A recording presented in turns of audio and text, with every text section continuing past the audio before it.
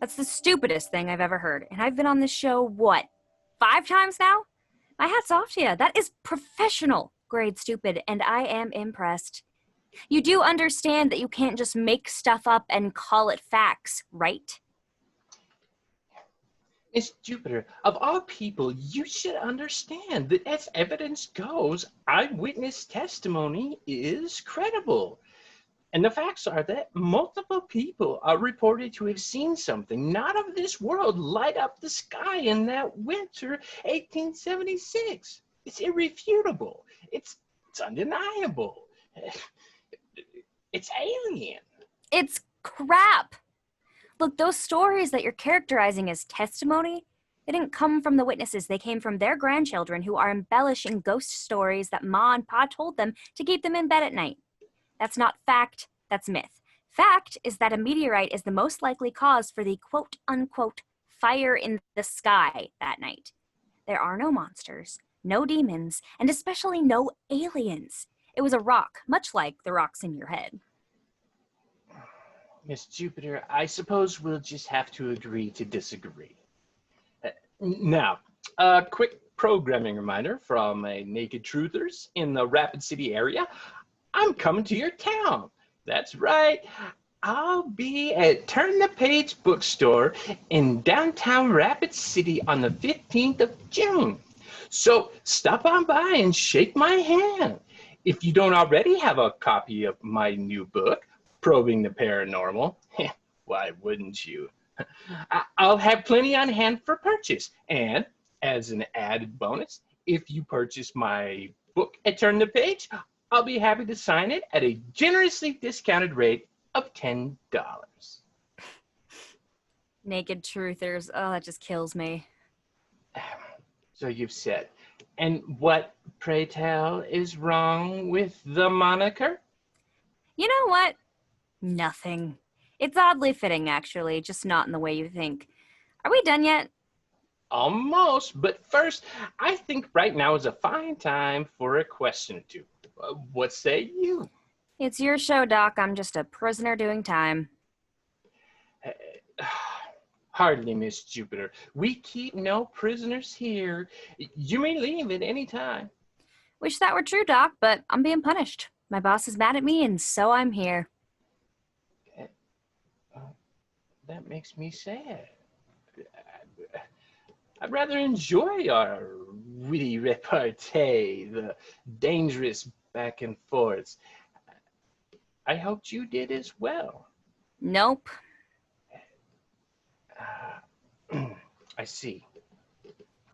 First question comes from I Rock the Basement 00. He asks, I'd really like to know how much influence you think ancient astronauts still have on modern religion. That's an excellent question. Thank you, Mr. I Rock the Basement. My answer would be quite a bit. And you don't have to look very hard to find the evidence for why. I think it's obvious that Jesus' death and so-called resurrection are clear examples of a more primitive civilization trying vainly to grasp seeing highly advanced medical science in practice. Clearly, nobody comes back from the dead. That's ridiculous. But an injured man with the right technology can be made whole again in a manner that seems magical, or rather miraculous to the limited mind. How could that not have a tremendous impact on religion? What about you, Miss Jupiter? Any thoughts? Are you willing to accept the possibility of an ancient spacefaring race visiting and subsequently influencing our world? Or are you a believer in the magic sky wizard theory? Doc, I think your questioner, what was his name again? I Rock the Basement 00. That's right. Hello, I Rock the Basement. Thanks for the question. Say hi to your mom for me. I think that I Rock the Basement highlights an important point, that much like our modern era, the ancient world was also full of stupid people. Moving on. Next question is from Interstellar Space Kitty. And she asks, this is the 5th time you've had Max Jupiter on your show, and she's nothing but mean and unpleasant. Why keep bringing her on? God, that's a great question. You know, she's totally right, Doc. I'm not worthy. Ah, but you are, Miss Jupiter. You are a worthy adversary indeed. I invite you on my podcast because I believe you have much potential. Right now, you're just a naysayer, a non-believer. As we know, life has been hard on you, rendered you a little bit broken, a little bit angry and cynical. But if you ever get back to the level of journalistic excellence you once enjoyed, I believe you too will see through the veil of lies and deception. Right now, you're just a spiteful, mean woman who... The word you're looking for is witch. Yes, Miss Jupiter, you are a witch. But if I can get you to see through to the truth, Miss Jupiter, Maxine, I've read your work. It's some of the best journalism out there.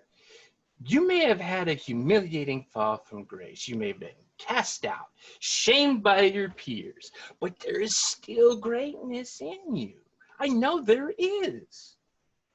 If I can ever get you to see and accept what is so painfully obvious, even though you'd still be a witch, you'd be a good witch. You'd be a naked truther witch. Well, good luck with that. And also, fuck. That's all we have time for today, my enlightened friends. I want to thank Miss Jupiter for visiting with us again. Believe me when I say we are better for it. Also, one more quick reminder.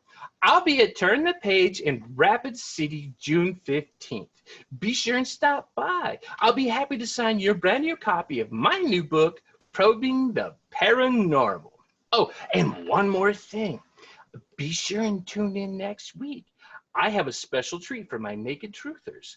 Next week we talk panspermia with special guest Giorgio A. Sokolas, internationally renowned ufologist. You don't want to miss this one, folks. Oh, God, why? Until next time, this is Dr. Rufus Hornbottom. Keep vigilant and stay safe. I hate my life.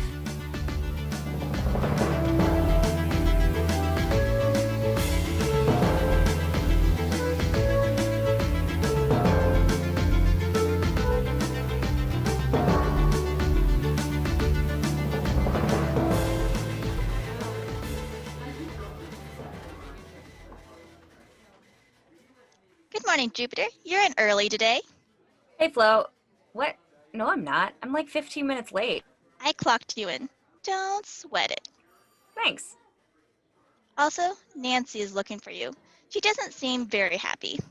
Oh, I wonder what I did now. Thanks, Flo. Sure, Guy is looking for you too, and he's on a tear. He won't stop going on and on about how you stole his story. That sounds like Guy. Don't know what he's talking about, though. I don't like the way he talks to me, like I should be licking his heels. Jupiter! Speaking of heels, thanks for watching out for me, Flo. Now, if you'll excuse me, I need to squash a bug. That would be fantastic. Jupiter! Who the hell do you think you are? Calamity Ranch should be my story. Good morning, Guy. It's good to see you, too. Could you do me a solid, though, and go away? Please, for like a little while. Just long enough so I can grow old and die. I don't know how you did things back in Chicago, but let me explain how things work around here, girly. Girly? Not okay.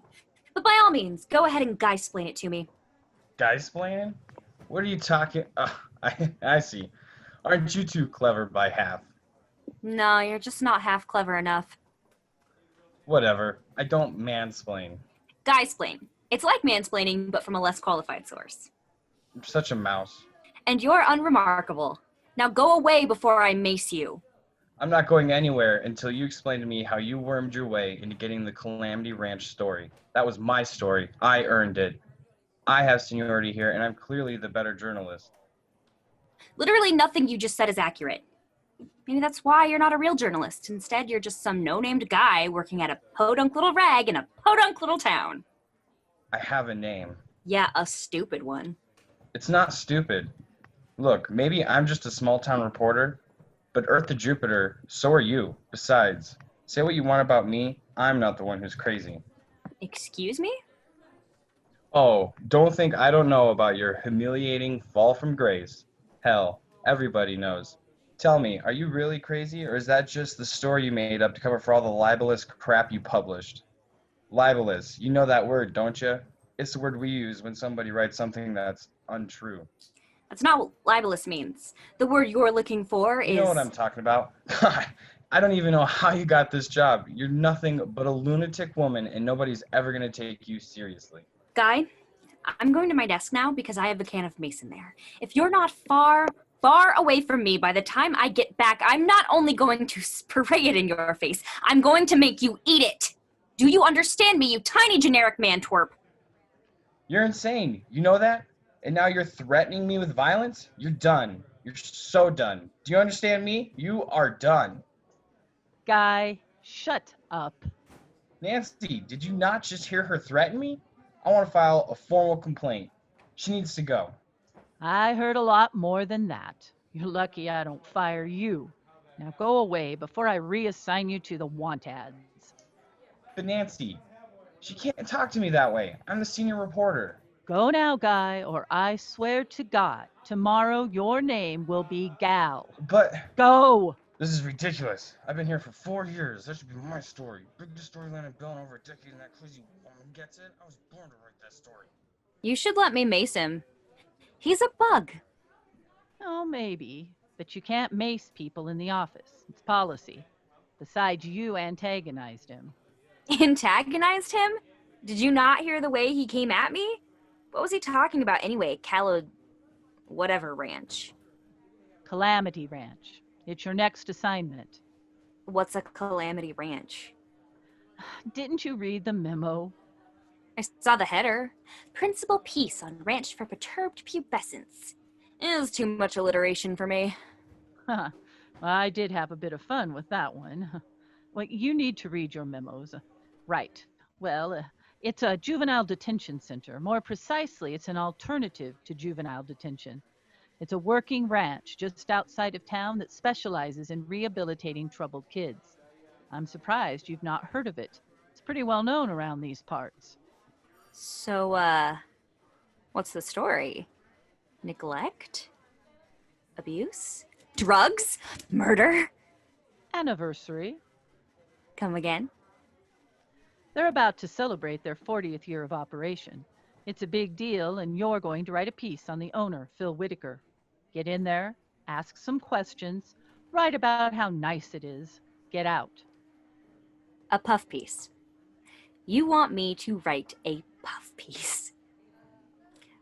No way. Look, Mr. My Folks couldn't even give me a real name guy over there was practically frothing at the mouth over this. Give it to him. I'm giving it to you. I don't want it. I don't care. Compromise. I'll write your little story if you'll stop making me do the Rufus Dorkbottom show. You'll do the story because I told you to. I'm the chief. You're the reporter. And you'll keep going to the podcast until I'm certain you've been sufficiently punished for that last stunt you pulled. Hey, that was a solid story. It wasn't. What's more, Max, when I have you on our friend Rufus's show, I expect you to behave with a certain level of professionalism. The show I listened to last night Was exactly the kind of show that you'd advocate for. Stick to the facts. No bull. Rufus is an important partner for the paper. I get that you think you're more important than his show. And I am. You work for the Butte Townsman, not the Tribune or the Broadaxe. Like it or not, you're one of us. That means having a little hometown charm, okay? I have charm, Nancy. What are you getting at? I have charm coming out of my wazoo. The next piece I'm working on is going to have more charm than a box of Oops All marshmallows. And what is it that you're working on right now? Well, you see, I'm actually between pieces right now, and I'm just about to start on the next... Yeah, that's what I thought. You're better than this, Jupiter. If you're ever to get back to the top, you need to treat every story like it's the story. I know you've done great work, and I know you've got great work left in you, but right now, nothing about you is great. Not your attitude, not your work ethic, not even the little bit of drivel you managed to turn in. If you ever want to get back to where you were, you're going to have to start treating the here and now like it matters. Anything else? Yeah, just one more thing. You've got an appointment to interview Phil Whitaker at 4. Don't let me down. Please don't make me do this. It's either that or you could clear out your desk. I don't need this. Are you not listening to me? You haven't written an article worth a damn in weeks. We need pieces, Jupiter. We're a freaking newspaper in a digital age. It's not my fault there's nothing to write about in Belle Beautiful Fork isn't a name Fourche. Just because it isn't a crime ring or an alien invasion doesn't mean it's not news. Just get out there and write the damn story. Call it practice if you have to. Fine. Thank you, Max. Remember, get in, get out, make it nice, make it good. Don't let me down. Great. Awesome. Writing a fluff piece about a cattle ranch for high school degenerates. Yee-haw. And be charming. Oh, I'll charm their butts off. I mean it. Get in, get out.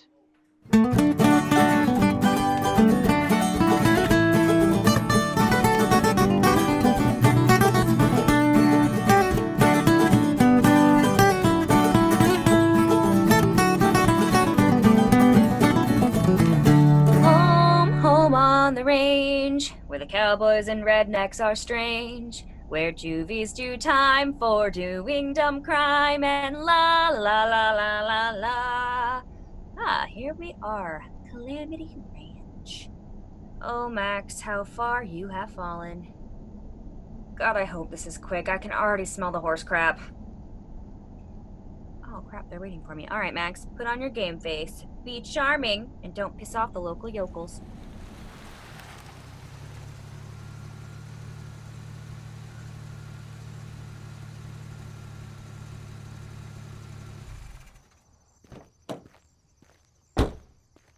Hello there. You must be Maxine Jupiter, am I right?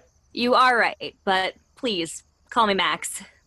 Sounds good, Max. I'm Phil Whitaker. It's nice to meet you, Mr. Whitaker. Oh, no. You're to be Max to me, then let me be Phil to you. You say mister, and I start looking for my pa. Okay, Phil it is. Good deal. Now, let me introduce you to some folks. This is my daughter, Helene. Nice to meet you, Helene. Likewise. And this young man here is Liam. Howdy, ma'am. It's a pleasure. Why, yes it is. I mean, it's nice to meet you too. Liam here is a senior member of our support staff and an alumni of the ranch. Is that so? I was here for 3 years. I liked cars. Well, I liked other people's cars, but that's a story for a different day. In the interest of the story, maybe we should get together and talk about it. He's also my boyfriend. Ah, I see. Well, should we get started with the interview? Absolutely. How would you like to proceed?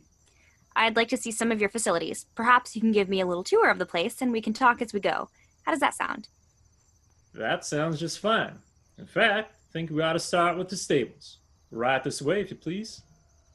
It's hard to tell from the road, but you've got quite the setup here. Just how big is this place? Well, let's see. We're sitting on 120 acres. There's 2 dorms, a male and a female one. The arenas, stables. We've got medical facilities for both the animals and the kids. Schoolhouse, a world-class chow hall, and various admin buildings. All in all, it's a pretty good-sized ranch. Don't forget the big house. The big house? That's our house, the original home. The big house is what all the kids call it. And the big house. So yeah, we run a pretty good size operation. We've grown quite a bit over the last 40 years. Had a lot of success. Pretty proud of this place. A lot of success indeed. I'd like to ask you about that. According to my research, the recidivism of kids who do time here is almost zero. What's your secret? No secret. Most of these kids come from a place where they're made to feel worthless. We start there. That's the most important thing. Teaching these kids to believe in their own intrinsic worth. That even though they've started a bad path, they can change it and have meaningful lives. And that we care enough to help them do it. We also put them to work taking care of the animals. You'd be surprised just how therapeutic being a caretaker for another life can be. It's hard work what we ask these kids to do, and they don't hardly complain. Most of them love it. Love it? Pardon my skepticism, Liam, but you are talking about teenagers. My mom could hardly get me to clean my room back in the day. Even now my desk is a disaster area. I find it hard to believe any kid loves hard work. Don't take my word for it. I'm pretty sure there's some kids still cleaning out the stalls up ahead. Feel free to ask them yourself. Don't you think so, Phil? Absolutely. Ask away. Meaningful work is nowhere near as taxing as menial labor. We try to stay away from that here. There's a lesson and value in everything we do here. The kids quickly come to understand and appreciate that. Come on, let me show you the stables.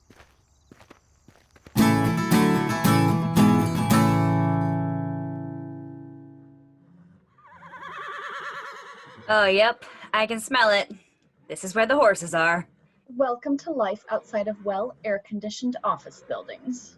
Imagine what it'd smell like in here if we didn't clean every day. Don't worry, though. You'll get used to it in a few minutes. Get used to that? Oh, God, I hope not. We won't keep you in here that long. Miss McNair, Mr. Robinson, come on over here for just a minute, won't you? I've got someone here I'd like you to meet. These two had particularly difficult paths. Sam there almost beat a boy to death. Vicki was knee-deep in meth when she came to us. Nowadays, you might call them our star pupils. How so? Well, Sam hasn't had a single violent episode in over 2 years. He's taken to bull riding and is the favorite to win tomorrow. He's shown real promise as a bull rider. Did I mention he currently holds a 3.9 GPA and mentors new arrivals? That's right. Younger kids really look up to him. Vicki is enrolled in AP classes across the board and is ace in every one. She works just as hard or harder than anyone else on the ranch and also mentors new arrivals. Sam, Vicki, this is Max Jupiter from the Butte Townsman. She's here to write a story on the ranch and would like to ask you a few questions. Is that all right with you? Yes, Mr. Whitaker. Yes, Mr. Whitaker. Okay, Max, have at it. All right, Phil, I will. How are you two today? I'm fine, Miss Jupiter. Thank you for asking. I'm fine, Miss Jupiter. Thank you. Okay, fine is good. Can I ask how long each of you have been, sentenced? Incarcerated here? Nobody is incarcerated here. It's true our residents can't just up and leave, but this isn't prison. We nurture, educate, and where necessary, rehabilitate. Please, refer to them as residents. Sure, forgive me, I didn't mean to offend. Oh, you didn't offend, Miss Jupiter. We understand. Yes, Miss Jupiter, you didn't offend. We understand, all things considered. Okay, good. So how long have you two been residents of the ranch? I've been a resident for almost 3.5 years. Vicki? I've been a resident for 2 years. And how do you like it here, Vicki? Oh, it's wonderful. I find it very rewarding. And you, Sam, how do you like it here? I find it very rewarding. Very rewarding. That's good to know. I'm curious what... Hey, kid, stop! Ugh, he's headed to the med building. Get your hands off me! What's that? Oh no, did he have to do this now? Do what now? Who is that? I thought everybody loved it here. Unfortunately, not everybody. Max, can I have to ask you to stay here for just a moment while my folks take care of this? He bit me. How does he keep getting in here? Who is he? Do you want me to take care of him? Yes! This is Horsepocky! Vicki, Sam, would you mind taking Jupiter back towards the chow hall and get her one of them barbecue sandwiches? Yes, boss. Yes, boss. Actually, I'm fine right where I am. So be it. But if you stay, you best not print any of this. With respect, Phil, I'm not promising you anything.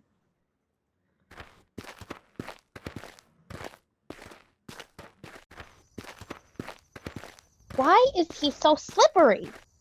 Look, did he coat himself in soap? It's my body armor! My body armor! Now hold on to your feelings, cause it's gonna get hairy. Who is that? It's a cockroach. He's a troubled young man who blames us for a lot of his problems. He's crazy, is what he is. Claims that we're testing mind-control drugs or some equally ludicrous nonsense. He's insipid. Let go of my leg! You better not have rabies. Ugh. Can't you call the police? We have, and we will. But the chief has a soft spot for the kid. Knows his family or something. It's true. This is his third time getting onto the property. The chief refuses to lock him up. Helene, shut up. Miss Jupiter, just never you mind. We've got this under control. Got him! I'll take it from here. No, you can't do this. You're all brainwashed. Taken over. I can... Is he staring at me? Max Jupiter, these people are liars. They are deceivers. Senator Kelly molested 23 children. You merely adopted the dark. I was born in it. Help me. What the hell was that?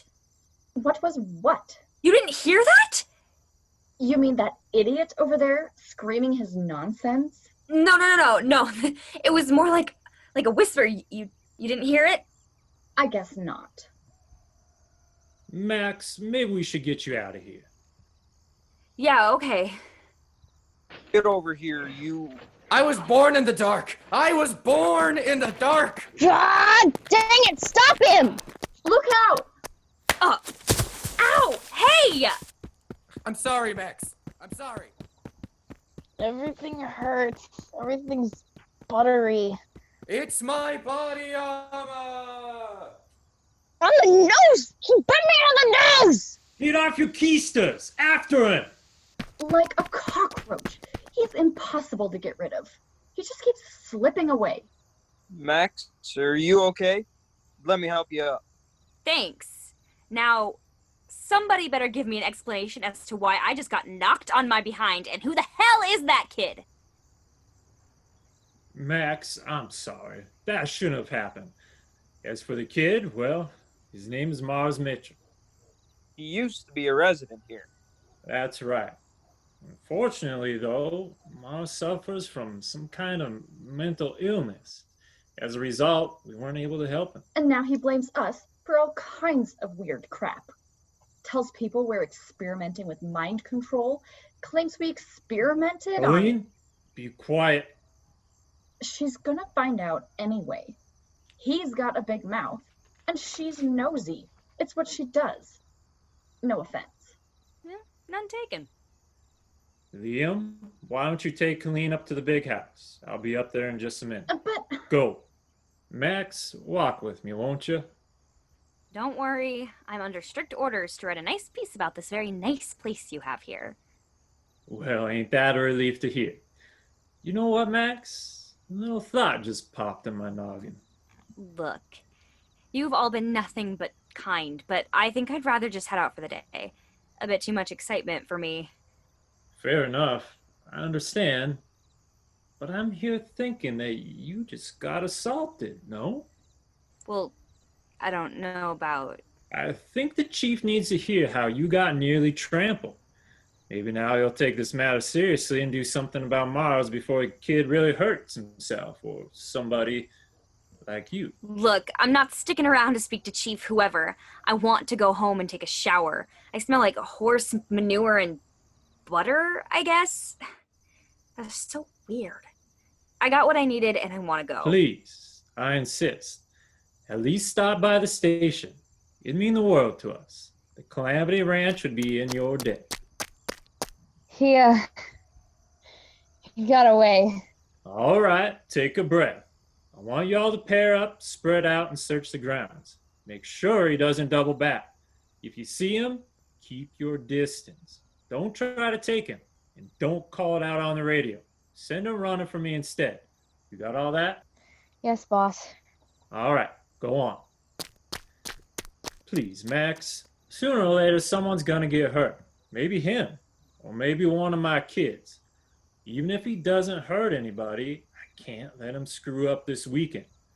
Listen, this might all be trivial to you, but this anniversary and this weekend's rodeo is a big deal for us. Some really important people are gonna be here, and I can't have this kid pulling any stunts like he did today. Please talk to the chief. What do you want me to tell her? Tell her the truth. Tell her what you saw. Tell her you were scared. Tell her whatever. I don't care. Just convince her to do what she should have done already. Would you do that for me, Max? Fine. I'll call the chief. But right now, I want to go. That's a good girl. Also, I just want to be clear. You will keep today's unfortunate turn of events out of your article, won't you? First of all, Phil, don't call me girl. Second, I already told you I have no intention of writing anything other than flowery garbage about you, mostly because I don't care enough to care. I suggest you quit while you're ahead, lest I decide I do care. Are we clear? Yes, Miss Jupiter. We are crystal clear. You have yourself a good day now. Same to you, Mr. Whitaker.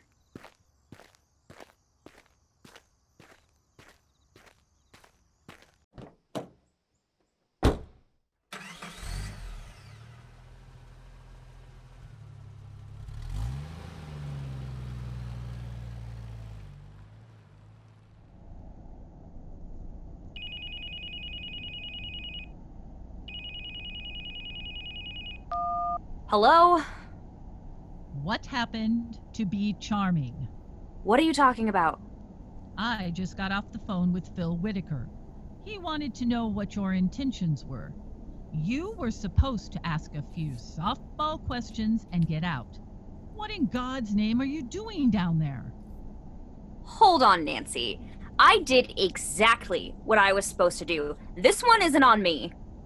Then what happened? And why is Phil calling me worried you're going to cause a stink? Nancy, listen. I did what you wanted me to do. I asked him some basic, easy layup questions. It was going pretty good. They were showing me around. Who's they? His daughter and her boyfriend tagged along. I don't think the daughter likes me very much, but that's neither here nor there. Like I said, they were showing me around, even let me talk to a couple of the kids. Everything was fine. Then all of a sudden, some guy comes out of nowhere and starts screaming and carrying on and throwing punches at the staff. Apparently he's got some history with the ranch, I don't know, but this mess was all him.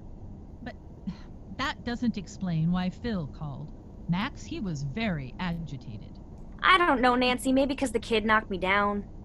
What kid? The kid! The kid! The one that started the whole mess! I thought you said it was a man. He was. A young man. 21, 22 maybe. A kid. A young man. Who cares? Anyway, he knocked me down as he ran past me. So he tackled you? No, nothing like that. He was just trying to escape, I think, and I didn't get out of the way fast enough. I don't think he was trying to hurt me. Hell, he even apologized.